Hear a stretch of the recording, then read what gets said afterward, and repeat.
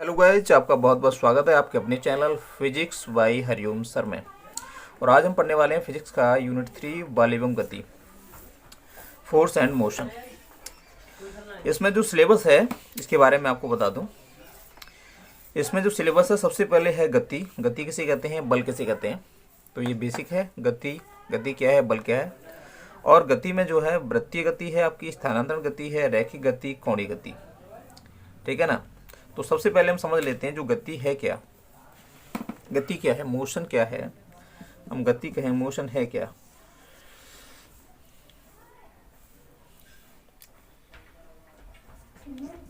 Motion का means होता है स्थिति में परिवर्तन। कहीं अगर कोई परिवर्तन हो रहा है, स्थिति में परिवर्तन हो रहा है अकॉर्डिंग टू टाइम, टाइम के अनुसार अगर स्थिति में परिवर्तन हो रहा है तो उसे हम गति कहेंगे। ये सापेक्ष परिवर्तन होता है, रिलेटिव परिवर्तन होता है।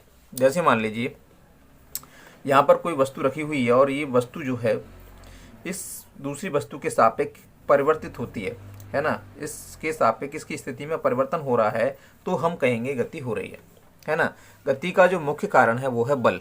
फोर्स के कारण क्या होता है, गति होती है। बल जो है बाह्य लगे या आंतरिक लगे, इनिशियल फोर्स हो, ठीक है ना, या एक्सटर्नल फोर्स हो, अगर बल कहीं अप्लाई हो रहा है तो बल के कारण गति होती है। उसका रीजन है बल।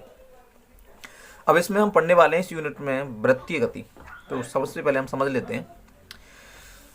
देखो, वृत्तीय गति और कोणीय गति, वृत्तीय गति कहें या हम कहें कोणीय गति, बात एक ही है। वृत्तीय गति या कोणीय गति, ये वृत्तीय गति और कोणीय गति समझ लो, ये सिनोनिम्स है। कोणीय गति का सिनोनिम्स क्या हो गया, वृत्तीय गति हो गया। इसका पर्यायवाची है ना, सब देखिए। वृत्तीय गति को कहते हैं हम सर्कुलर मोशन और कोणीय गति को कहते हैं एंगुलर मोशन। ठीक है ना।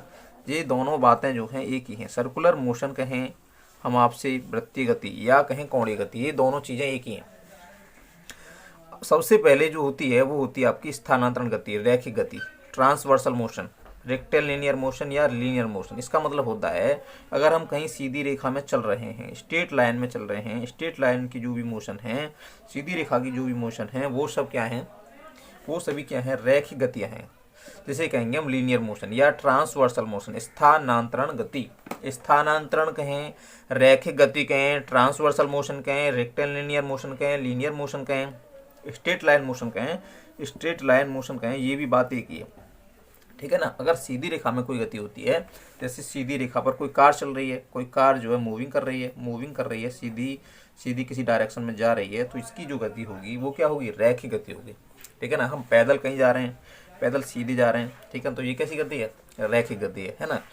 वृत्तीय गति और कोणीय गति में हम समझ सकते हैं किसी अक्ष के सापेक्ष, मतलब कोई बिंदु के सापेक्ष हम चक्कर लगा रहे हैं, वृत्ताकार मार्ग में हम घूम रहे हैं, इस तरह से हम चक्कर लगा रहे हैं, घूम रहे हैं, तो ये वाली जो गति है, घूमने वाली जो गति है, वो वृत्तीय गति है।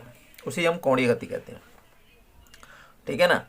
जैसे मान लीजिए हम कोई हाथ में कोई रस्सी बांध लेते हैं, अपने हाथ से कोई रस्सी पकड़ लेते हैं, ठीक है ना, पकड़ के रस्सी में कोई पत्थर बांध के हम घुमा रहे हैं, चारों तरफ इस तरह से घूम रहा है, पत्थर घूम रहा है, चारों तरफ पत्थर इस तरह से चक्कर लगा रहा है, सर्कुलर पाथ पर चक्कर लगा रहा है, इसको कहेंगे वृत्तीय गति, है ना। यही कोणीय गति कहलाएगी।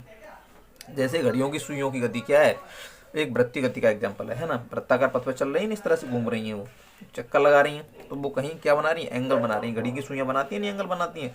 इस पॉइंट से यहाँ जो है घड़ियों की सुइयां बीच में एंगल बनाती हैं, इस तरह से जो एंगल बन रहा है, ये वाला जो एंगल बन रहा है किसी बिंदु से, ये मध्य बिंदु से बनाती है, ध्यान रखें।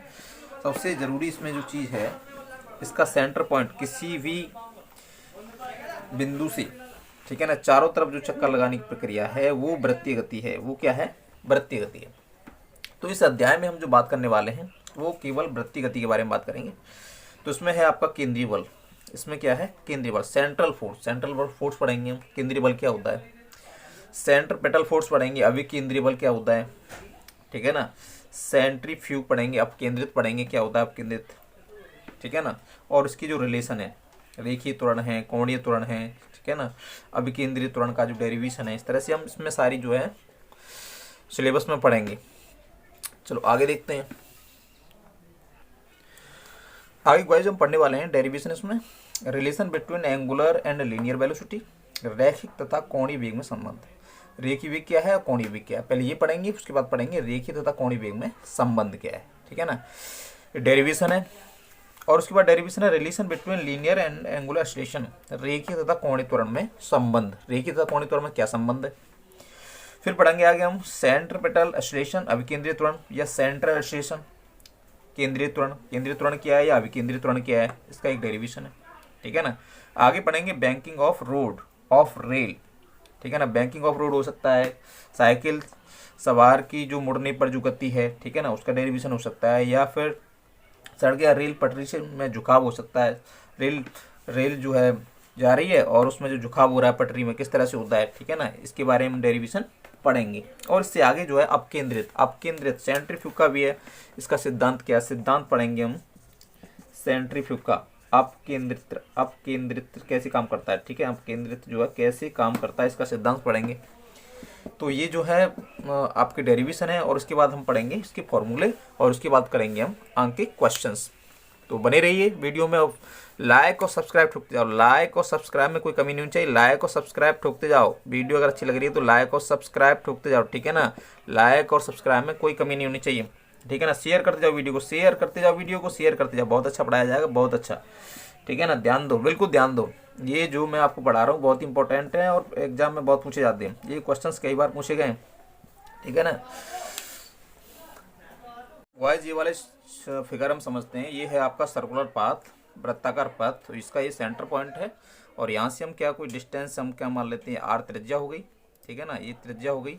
और इस आर त्रिज्या पर कोई यहाँ से कोई पॉइंट क्या है, पी है, पी पॉइंट है यहाँ से।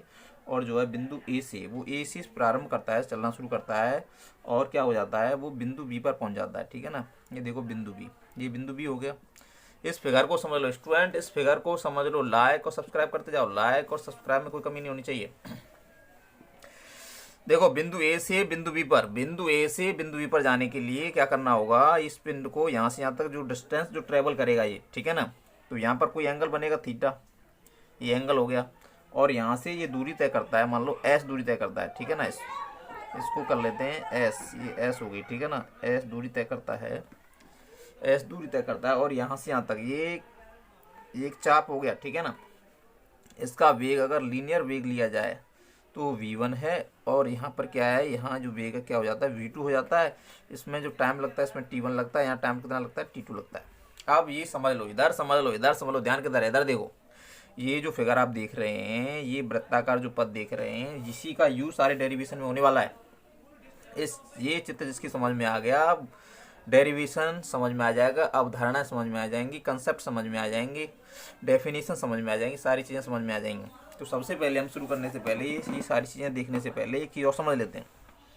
सबसे पहले समझते हैं दूरी। दूरी क्या है, डिस्टेंस, डिस्टेंस जिसे हम कहते हैं डिस्टेंस, ठीक है ना। डिस्टेंस क्या है, डिस्टेंस क्या है, किसी भी लंबाई में, ठीक है ना, किसी भी लंबाई में हम अगर चलते हैं, तय किए गए मार्ग की लंबाई, तय किए गए मार्ग की लंबाई क्या कहलाती है, दूरी कहलाती है। क्या कहलाती है, दूरी कहलाती है। ये कभी शून्य नहीं होती, कभी क्या नहीं होती, शून्य नहीं होती, जीरो नहीं हो सकती कभी, दूरी कभी जीरो नहीं हो सकती। दूरी क्या कहेंगे, हम किसी बिंदु से शुरू करेंगे, जैसे यहाँ से चलना शुरू किया, यहीं आ गए, बिंदु ए से हम चलना शुरू कर रहे हैं, बिंदु बी पे पहुँचना है, फिर लौट के बिंदु ए पर आ गए, ठीक है ना।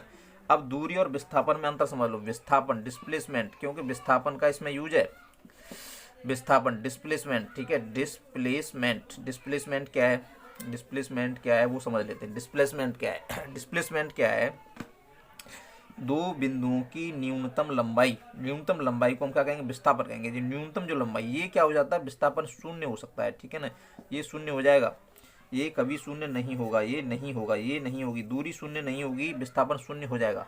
अब देखो विस्थापन शून्य कैसे हो जाएगा, जैसे बिंदु ए से बिंदु बी पर जा रहे हैं, तो बिंदु ए से बी पर दूरी मान लो हम 5 मीटर तय करते हैं, 5 मीटर दूरी तय की हमने बिंदु ए से बिंदु बी पर, तो विस्थापन हो गया, विस्थापन हो गया, कितना हो गया विस्थापन, डिस्प्लेसमेंट कितना हो गया, 5 हो गया, डिस्प्लेसमेंट 5 हो गया। अगर बिंदु बी से फिर लौट के हम बिंदु ए पर आते हैं तो डिस्प्लेसमेंट कितना होगा, 5। तो ए से बी तक विस्थापन कितना था, 5, और बी से ए तक कितना था, 5। तो इसका हम टोटल निकालें, हम टोटल अगर निकालें तो टोटल अगर हम निकालेंगे तो यहाँ पर कितना हो जाएगा, टोटल कितना हो जाएगा, टोटल निकालेंगे तो 5 - 5, ए से बी की दूरी, ए से बी की लंबाई और बी से, ठीक है। तो ये क्या हो गया, टी बराबर क्या हो गया, टोटल जो विस्थापन आया वो शून्य आ गया।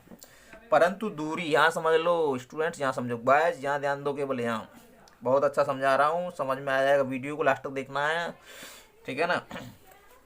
देखो दूरी क्या है, दूरी में क्या होता है कि यहाँ से ए सी बिंदु बी पर गए हम तो 5 मीटर तय की, और बी से ए पर जब लौट के आए हैं तो ये भी 5 मीटर हो गया, तो ये जुड़ जाएगा 5 + 5 ये 10 मीटर। यहाँ पर हमने लंबाई तय की 10 मीटर और यहाँ पर विस्थापन कितना हो गया, 0 हो गया।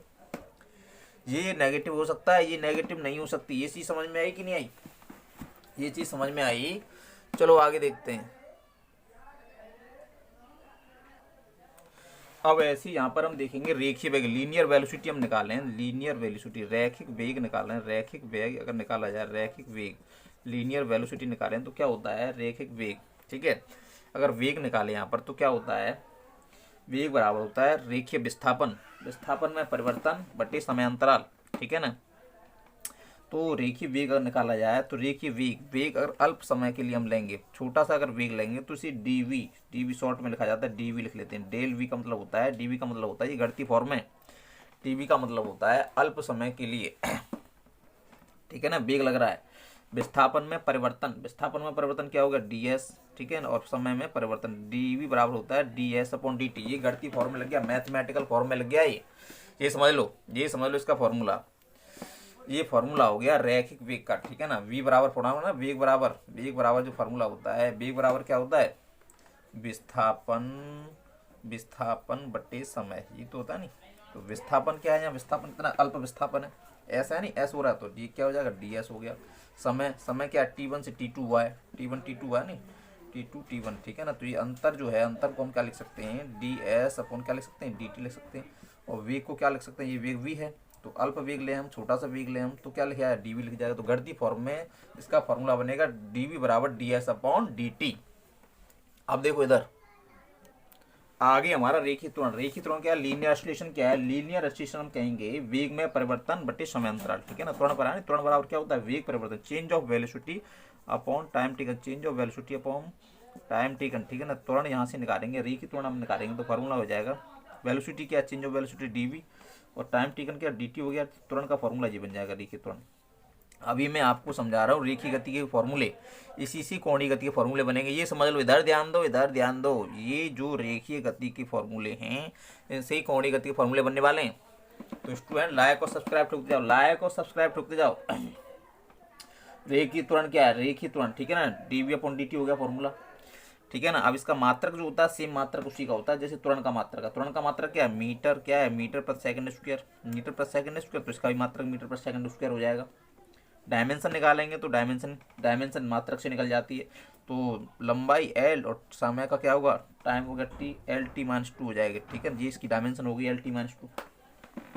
ये पूछ लेता है, ये पूछ लेता है, ये सारी चीजें पूछ लेता है। अब अगर हम कोणीय गति कर रहे हैं, सर्कुलर पाथ में चल रहे हैं, कोणीय गति कर रहे हैं, कोणीय गति क्या कर रहे हैं, कोणीय गति कर रहे हैं, कोणीय गति कहें हम, या हम कहें वृत्तीय गति कहें, वृत्तीय